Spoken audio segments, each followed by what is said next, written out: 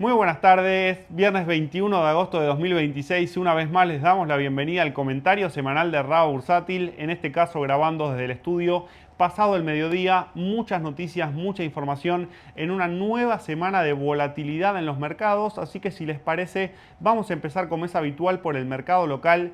Y en este sentido, una de las noticias de la semana tiene que ver con la situación de las tasas en pesos y el mayor nivel de volatilidad que estamos viendo ya desde hace algunas ruedas de negociación. Para poner un poco en contexto cómo se llegó a esta situación, recordemos que la estrategia del Tesoro viene siendo despejar todo lo posible de los vencimientos del año 2027. Estamos viendo una oferta importante de títulos con vencimiento posterior a 2028 en las últimas licitaciones, excepto la última, y eso lo que terminó generando es cierto nivel de sobreoferta de títulos con vencimiento posterior a las elecciones. Es decir, el mercado está mostrando, está atorado, vamos a decirlo en criollo, de estos títulos, les está costando digerirlos y por ese motivo estamos viendo una caída importante en los títulos con vencimiento posterior a las elecciones. Por ejemplo, el bono CERDIC P cayó más de 3% en el acumulado de la semana. Estamos viendo algo más de volatilidad en las tasas y además en el tramo corto estamos viendo una situación de liquidez un poquito más tensionada. ¿Por qué les decimos esto? Porque durante el mes de julio en promedio el Banco Central retiraba entre 3 y 5 billones de pesos de la rueda de repo, que eso se entiende como el colchón de liquidez que tiene el sistema, y durante esta semana retiró entre 0,5 y 1 billón de pesos. Eso habla de que la posición de liquidez está un poquito más acotada y por ese motivo estamos viendo algo más de volatilidad en la tasa de caución también, que en la rueda del martes se llegó a operar al 38% anual. Las condiciones financieras están un poco menos flexibles y esto es importante porque en la próxima semana tenemos una nueva licitación del Tesoro el día jueves donde vencen 15 billones de pesos. Acá va a ser muy importante seguir la estrategia que tome la Secretaría de Finanzas. En la última licitación, en la primera de agosto, la estrategia que optó fue por ir hacia títulos bien cortos. El vencimiento más largo, con excepción del AO29, fue un bono SER con vencimiento en enero de 2027 y veremos qué mix ofrecen teniendo en cuenta que el mercado sigue mostrando señales de sobreoferta en la parte más larga de la curva en pesos y ya conocemos después de los eventos del año 2025 que la volatilidad de tasas no es buena para el mercado, genera cautela, genera cierto sesgo negativo y hoy creo que se convierte en la principal variable a monitorear. La buena noticia de la semana tiene que ver con que la actividad económica mostró un rebote en el mes de junio. Ayer jueves por la tarde se dio a conocer que el EMAE del mes de junio, del sexto mes del año, mostró un crecimiento mensual desestacionalizado de 0,8% respecto de mayo, que en su medición interanual muestra un crecimiento de 2,7% y la otra buena noticia tiene que ver con que 12 de los 15 sectores medidos por el EMAE, según el informe del INDEC, muestran una variación interanual positiva. No obstante, lo que vale decir, y acá voy a tomar palabras de la consultora INVEC en un informe que enviaron ayer, para que se cumpla la proyección del relevamiento de expectativas del mercado de un crecimiento de 2,7% en la economía, se tiene que cumplir un crecimiento promedio mensual de 0,8% de acá a que termine el año. Ese supuesto quizás es bastante optimista. Veremos cómo continúa la actividad.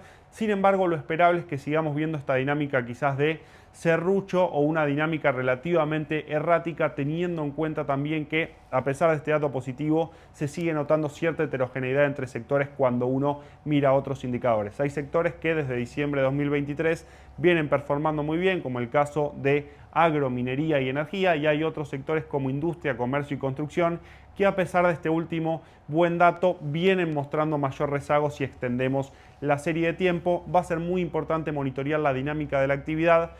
Repasamos en la mañana del mercado esta semana un informe de la consultora LLZ de Leandro Sicarelli y Federico Machado que habla sobre la posibilidad de que el crédito reactive o sea el principal motor de reactivación de la actividad durante el segundo semestre del año, teniendo en cuenta que del lado fiscal y del lado también de los ingresos no hay tanto margen, excepto que veamos una desaceleración significativa de la inflación en los próximos meses. En materia de inflación, de acá a fin de año el mercado espera un IPC de entre 1,6 y 1,8% hasta que termine el año. Se dio a conocer el dato de inflación mayorista también esta semana del mes de julio, fue de 0,8%, un muy buen dato y va a ser importante monitorear la dinámica de los próximos meses.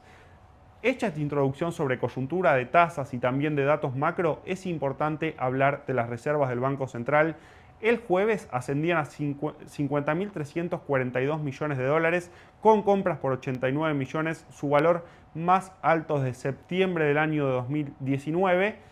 Vale decir que esta semana fue de cierto sesgo negativo para los bonos, o venimos de ruedas de cierto sesgo negativo. El riesgo país tocó un máximo de 530 puntos, ahora está en la zona de 509. ¿Qué está sucediendo? La volatilidad de tasas también a nivel internacional se posiciona como un obstáculo para el regreso de Argentina a los mercados internacionales, más allá de que el programa financiero, ya está cerrado sin esa posibilidad, pero lo cierto es que toda la situación de tasas en Estados Unidos genera cierto sesgo negativo sobre los activos de mayor riesgo y también, como les adelanté el viernes pasado, tengo la percepción de que de a poco el mercado, al menos de acciones y bonos, empieza a seguir más de cerca el tema elecciones. Vamos a hablar un poco también de la dinámica del tipo de cambio. El dólar MEP se sigue operando muy tranquilo en el rango 1520-1530, pero la semana que viene vamos a tener un evento muy pero muy importante. ¿De qué se trata? Del fixing de la LELINK D31G6. ¿Qué es el fixing? La fijación de precios, es decir, el día en el que se define el tipo de cambio al cual va a pagar esa letra. En el mes de julio fue un evento muy significativo porque el día del fixing el Banco Central interrumpió su racha de 135 ruedas consecutivas comprando dólares y además posteriormente se dio a conocer que el Tesoro vendió 145 millones de dólares y es por esto que les decimos que es una rueda que puede llegar a traer volatilidad. En este caso va a ser la del próximo miércoles. Y además acá vale decir que el fixing del mes de agosto es más significativo que el del mes de julio. ¿Por qué les decimos esto? Porque esta semana la Secretaría de Finanzas efectuó un canje voluntario, una licitación con suscripción en especie, que tuvo un 34% de aceptación y de esta manera quedaron aproximadamente 2.600 millones de dólares circulando de la LELINK D31G6. Cuando comparamos con el fixing de julio, D31L6 tenía un circulante de aproximadamente 2.200 millones. Por ese motivo, visto desde esa perspectiva, es un vencimiento un poquito más exigente que el anterior y podemos llegar a tener algún movimiento y también menor hueco para que el Banco Central compre dólares. En este sentido, también vale contarles que se reglamentaron los créditos en dólares anunciados la semana pasada. Eso puede traer algo de oferta y algo de alivio al mercado de cambios adicional porque las empresas que toman estos créditos están obligadas por normativa a liquidarlos en el MULC. Puede que eso traiga algo más de oferta en las próximas semanas, pero tenemos que seguir bien de cerca la dinámica de las tasas y el tipo de cambio también para operar. Me voy a hablar un poco de acciones. Al Merval le sigue costando. A esta hora, pasado el mediodía del viernes, está en la zona de 1.840 puntos. Los bancos argentinos están rebotando en la rueda de hoy. También las empresas energéticas vienen bastante acopladas a lo que son los movimientos en el precio internacional del petróleo, pero cuando vemos el promedio del índice estamos cerrando tomando estos datos por debajo de la semana anterior. Bastante sesgo negativo, 3 semanas consecutivas a la baja en el índice Merval y como les comentaba el viernes pasado estamos en el piso de este rango de lateralización establecido entre los 1.800 y los 2.150, 2.200 puntos en el que estamos desde las elecciones legislativas desde el año 2025. Los bancos bastante castigados durante esta semana. Galicia en la zona de 41 dólares puede llegar a dar alguna señal de rebote por análisis técnico, lo mismo en el caso de Banco Macro en la zona de 70 dólares, pero de igual manera recuerden que los fundamentos siguen relativamente erráticos en el sector financiero. Entró balance de Banco Macro, fue mejor a lo esperado, muy sólido en términos de rentabilidad, pero todavía no son fundamentos que nos hagan pensar que puede llegar a tener un rebote muy importante o que al menos nos den mayor tranquilidad a largo plazo, sobre todo pensando en que se avecina el contexto electoral. En el caso de las empresas energéticas, como les decía, muy ligadas a los movimientos en el precio del crudo, que está en la zona de 93 dólares medido a través del Brent. Persisten las tensiones en Medio Oriente y eso también beneficia a las cotizaciones o los precios de estas compañías. Vale decirles como noticia importante de la semana que el inversor Peter Thiel, un exdirector ejecutivo de Palantir, por ejemplo, uno de los fundadores y una persona que está teniendo bastante vinculación con el país en estos últimos meses, compró el 1% de las acciones de Vista, se posicionó en la petrolera argentina. Eso generó bastante optimismo en lo que es la renta variable de Vista o las acciones de Vista al principio de la semana y ahora está en la zona de 70, 72 dólares operando en ese rango. Y ahora sí, si les parece, vamos a hablar un poco más de lo que tenemos que tener en cuenta en el mercado local la semana que viene. En primer lugar, la licitación del Tesoro del jueves. El martes vamos a conocer la oferta. El miércoles va a ser el fixing de la LELINK y muy pero muy importante, dos balances del sector financiero que hay que seguir de cerca. El martes presenta el Grupo Financiero Galicia, el jueves presenta Banco BBVA y de esa manera ya vamos a tener un diagnóstico y un panorama completo sobre la dinámica del sector que mostró, al menos por los balances de macro y de Superbill, una mejora significativa respecto de los datos del primer trimestre del año, pero que todavía no se nota quizás una recuperación tan significativa como para ponernos más optimistas. Y ahora sí, si les parece, me voy a hablar de lleno del mercado internacional. Una semana de sesgo negativo, el Standard & Poor's con los datos de esta hora está cerrando un 1,5% negativo la semana, cerquita de máximos históricos de igual manera, pero sin lugar a dudas el tema a seguir de las últimas y de las próximas ruedas también es lo que está pasando con las tasas largas en Estados Unidos.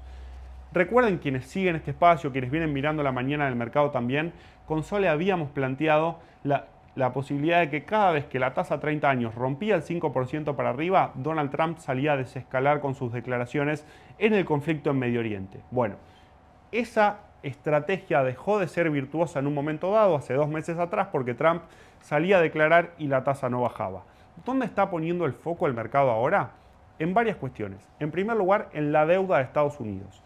En el año 2016 la deuda era de 20 trillones de dólares y 10 años más tarde asciende a 40 trillones, es decir, que se duplicó en 10 años. La sostenibilidad fiscal está en el foco de todos los inversores y ese es uno de los motivos que impulsa este aumento tan abrupto de las tasas que están en máximo de 2007 y también, por otra parte, todo lo vinculado a la inteligencia artificial, que saben que es un sector que nos gusta y que nos tiene optimistas, está generando muchísima demanda de financiamiento. Si nos ponemos a repasar rápido, SpaceX demandó 75 billones de dólares, Google emitió acciones, se espera que Meta haga lo propio, parece también que Intel está llevando adelante un programa de emisión de entre 15 y 20 billones de dólares en acciones. El mercado espera muy atento a las ofertas públicas para el fin de este año, para 2027, de Anthropic y también de OpenAI.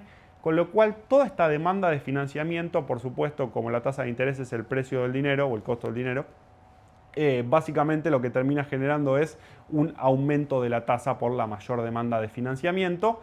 Y además, por supuesto, los temores inflacionarios derivados de que el petróleo está mostrando bastante resistencia a la baja. ¿Cuál fue la postura o la decisión que tomó el Tesoro de Estados Unidos?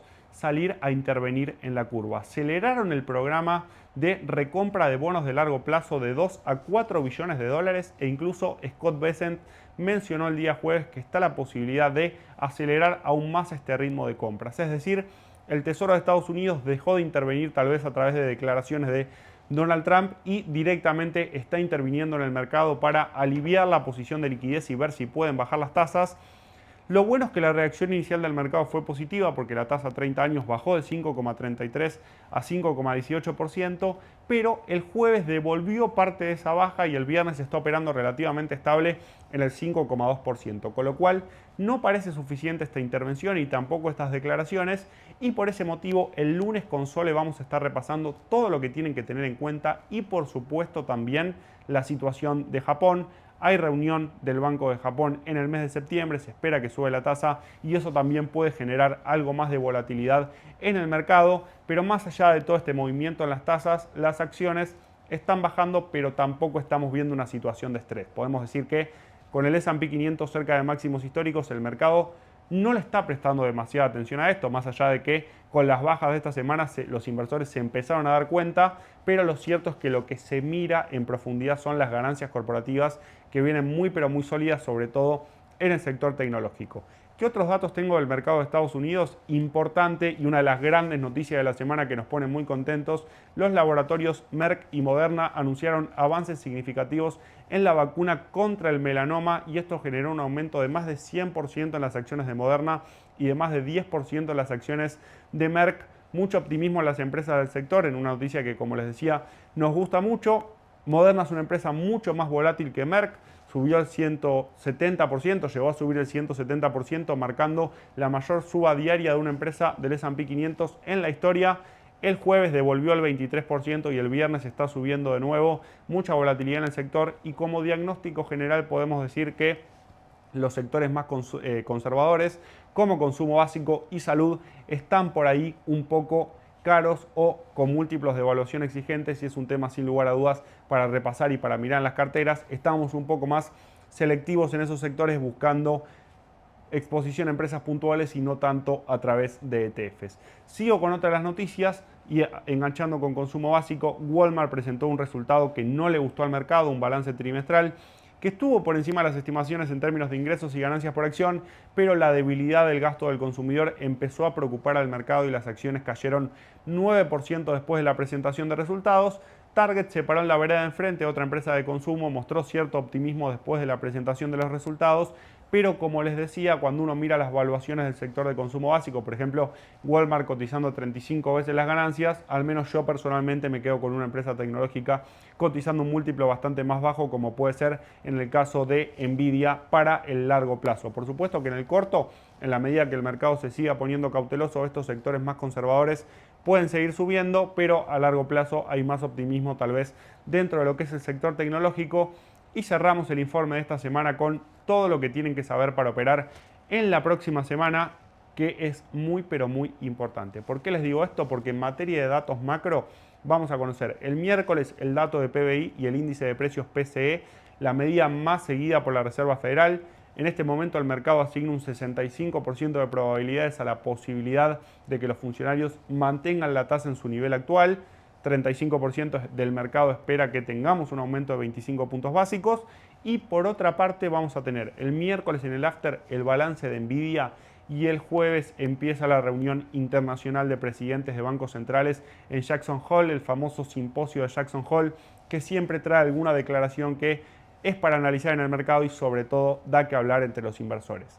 Yo los dejo por hoy, que terminen la semana de la mejor manera y nos estamos encontrando el lunes 9:45 con Sole. Vamos a hablar de la situación de tasas en Estados Unidos y también, muy importante, vamos a repasar algunos conceptos básicos de evaluación de empresas. Los esperamos por ahí. Chau, chau.